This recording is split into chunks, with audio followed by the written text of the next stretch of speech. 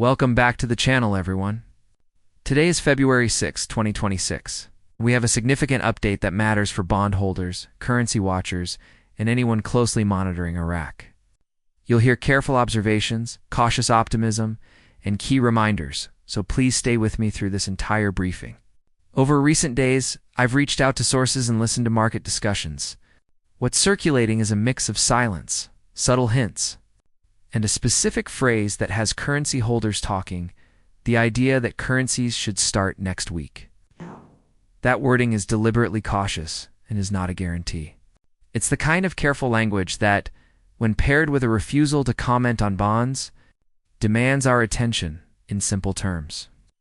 A source who usually discusses bond developments declined to comment on bonds, but mentioned that currency activity might begin soon.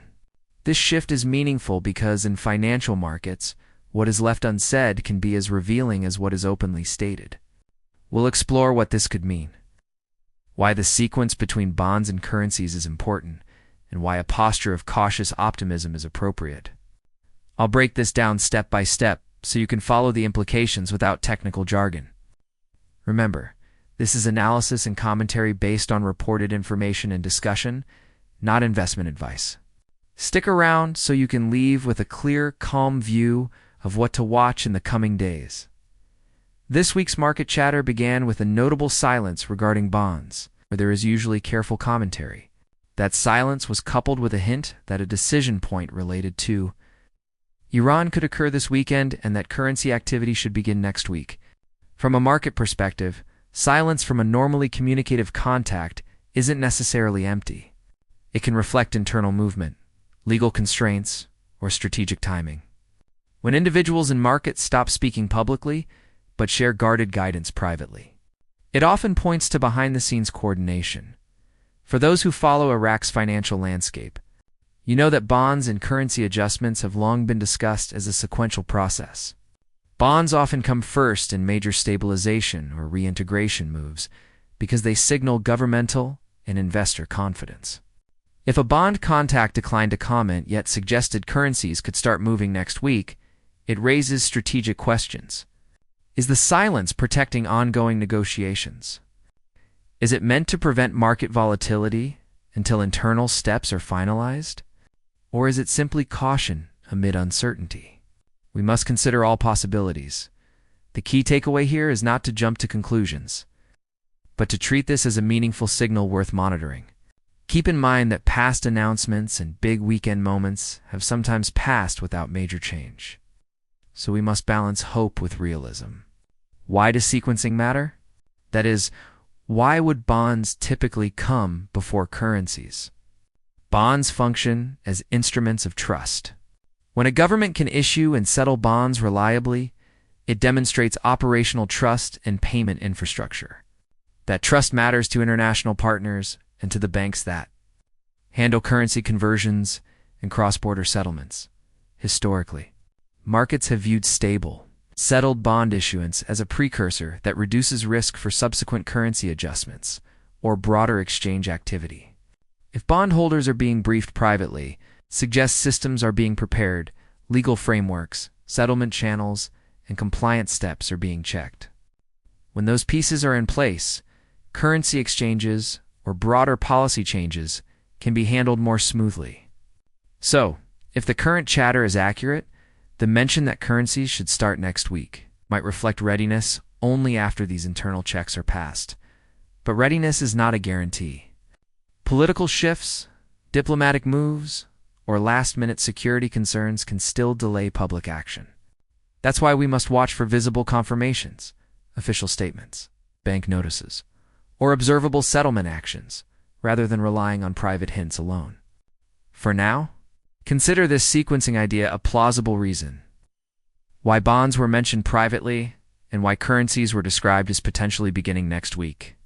Let's talk about risk and why caution is essential. Hope can be powerful in markets, but it becomes dangerous when it overrides facts and process.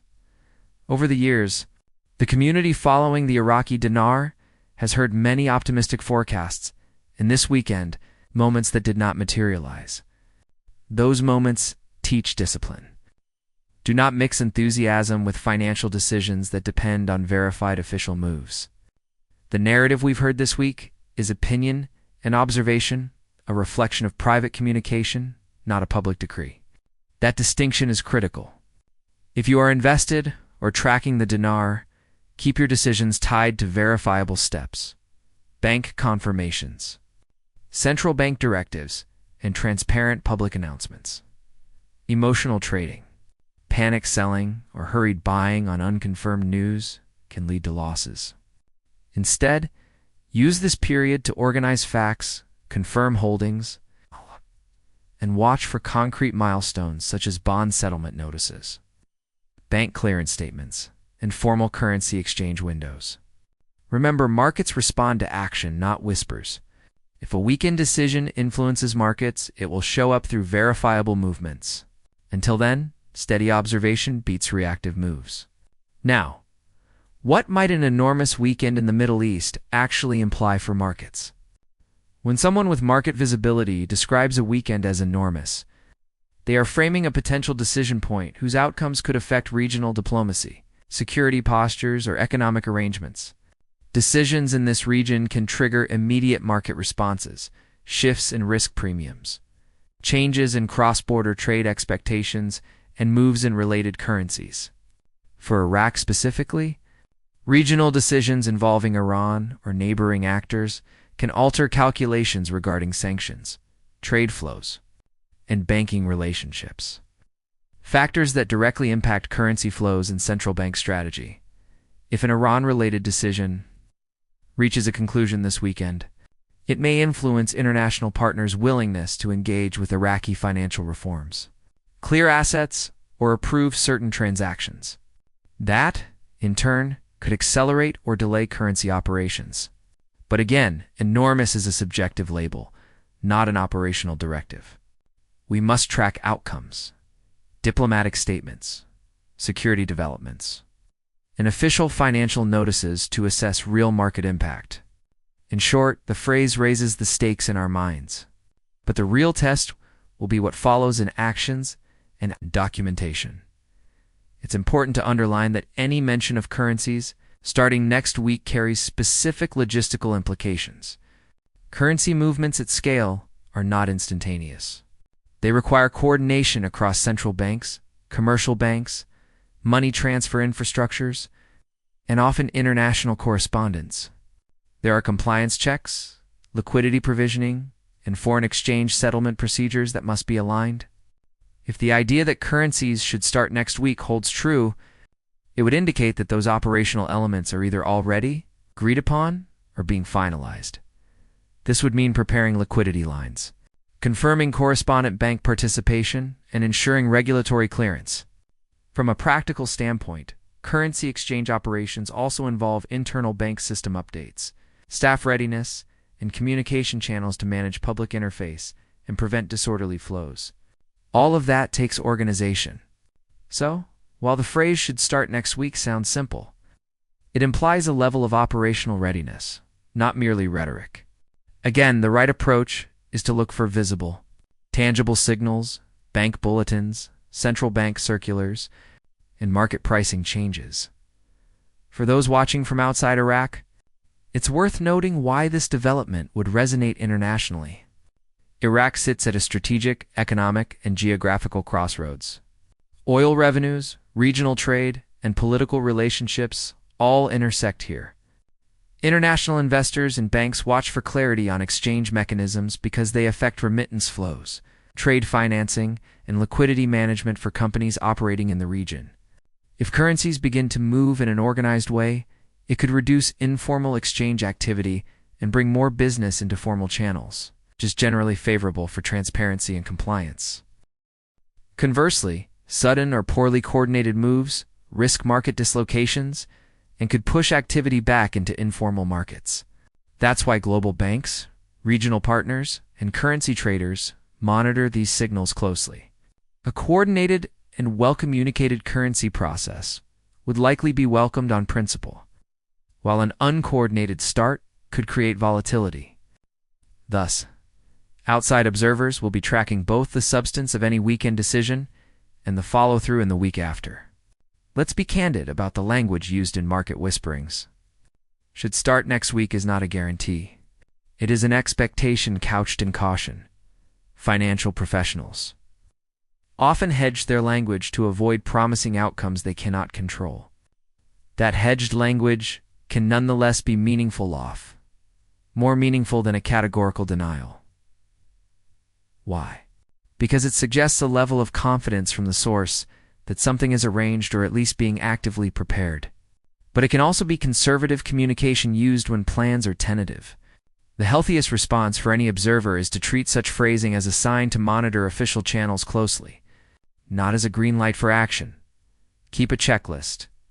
Official central bank statements, internal bank memos to clients, and transaction-level settlement notices. Those are the objective steps that convert private talk into public reality. Until we see them, maintain caution and keep your expectations within the realm of possible outcomes, not certain ones. To the community of bondholders and currency holders who overlap, this kind of hint can trigger intense emotions. Many have waited for years and have built plans around a hoped-for sequence of events, making restraint especially difficult, emotional investment, and a potential revaluation. A currency exchange can motivate premature decisions or intense rumor following. My advice? Treat private hints as discussion points, not directives. Use them to prepare practical steps. Review documentation, confirm custody arrangements, verify account access, and ensure you have clear, auditable records of holdings. Reach out to your bank or broker for written confirmations about any changes that could affect the mechanics of a conversion or settlement. Don't rely solely on community chatter or private contacts for operational readiness. The operational details how a currency exchange would be executed, what documentation is required, and when settlements happen will determine your ability to act effectively if and when changes occur. We should also explore why anyone might avoid discussing bonds publicly while hinting at currency moves. In some cases, limiting public discussion of bonds is a legal or strategic necessity. Bond markets can be sensitive to premature disclosure. Public commentary can ignite volatility or violate disclosure rules. Additionally, if bond negotiations involve multiple institutional stakeholders or cross-border arrangements, confidentiality can be required until formal agreements are signed. Meanwhile, mentioning currencies in guarded terms may be an effort to manage expectations without revealing confidential negotiation details. The juxtaposition silence on bonds, cautious mention of currency timing could indicate that bond negotiations remain delicate while currency mechanisms are nearing operational readiness. Alternatively, it could simply reflect differing levels of permitted public commentary. Either way, the combination merits attention and disciplined observation rather than immediate action. A clear-sighted look at history helps. Many in this space remember big weekend moments that didn't pan out. That history tempers excitement and encourages humility. Present-day financial reform and reintegration rarely follow a straight line. They advance in fits and starts, pauses, leaps, corrections. That pattern is consistent across countries and time. So, while current chatter might feel fresh and promising, it must be measured against a backdrop of prior near misses. This is not to dismiss the possibility of genuine change. Rather, it's a reminder that change often occurs in steps, and that visible, verifiable milestones are the best guide. If a real shift happens, it will be evident in documents, settlements, and observable market action. If it does not, then patience and continued attention are the right posture. Now, a practical checklist for watchers and holders to prepare without panicking. First, review your documentation and confirm account and custody details with your financial institution. Second, verify that your contact information and account permissions are up to date so you can receive official communications. Third, avoid speculative moves based purely on private hints. Instead, prepare by organizing proof of holdings and arranging access to bank statements. Fourth, consult qualified financial professionals if you plan to take action that could have tax, legal, or liquidity implications.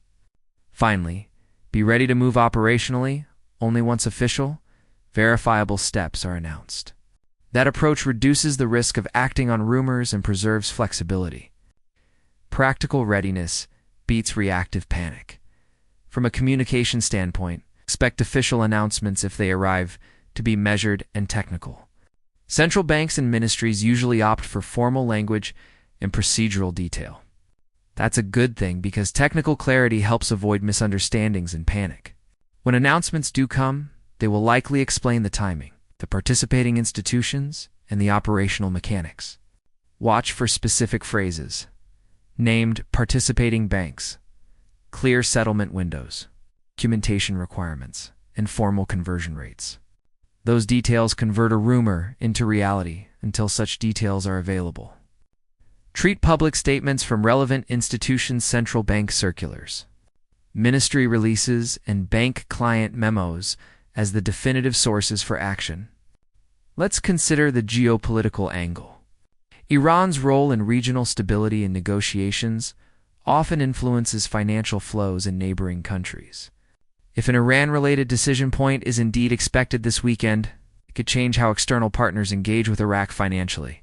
For example, diplomatic de-escalation or clearer sanctions guidance can make international banks more comfortable processing transactions, which in turn makes coordinated currency operations easier. Conversely, increased tensions could slow or complicate action. That reality makes regional diplomacy an active variable in financial timing. Observers should therefore watch diplomatic statements and security developments alongside financial notices. Markets do not operate in a vacuum. They respond to the political and security environment as much as to policy moves.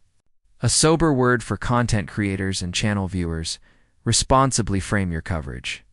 If you report on these discussions, clearly label them as opinion and commentary unless you have verifiable documentation.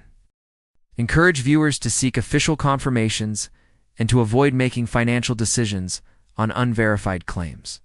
If you cover this topic, add practical disclaimers and emphasize process over promise. Responsible coverage protects viewers from acting on rumor and preserves credibility.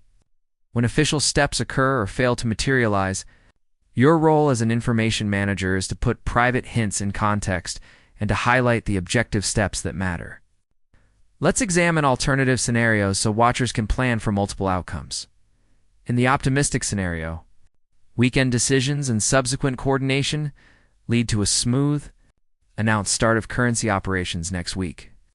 That would likely show up as bank bulletins, central bank circulars, and measured market reactions as liquidity is provided and exchange windows open. In a partial scenario, some currency activity might begin in limited or phased ways, for example. Pilot exchanges for certain account types or limited channels opening first, rolled out carefully to manage liquidity.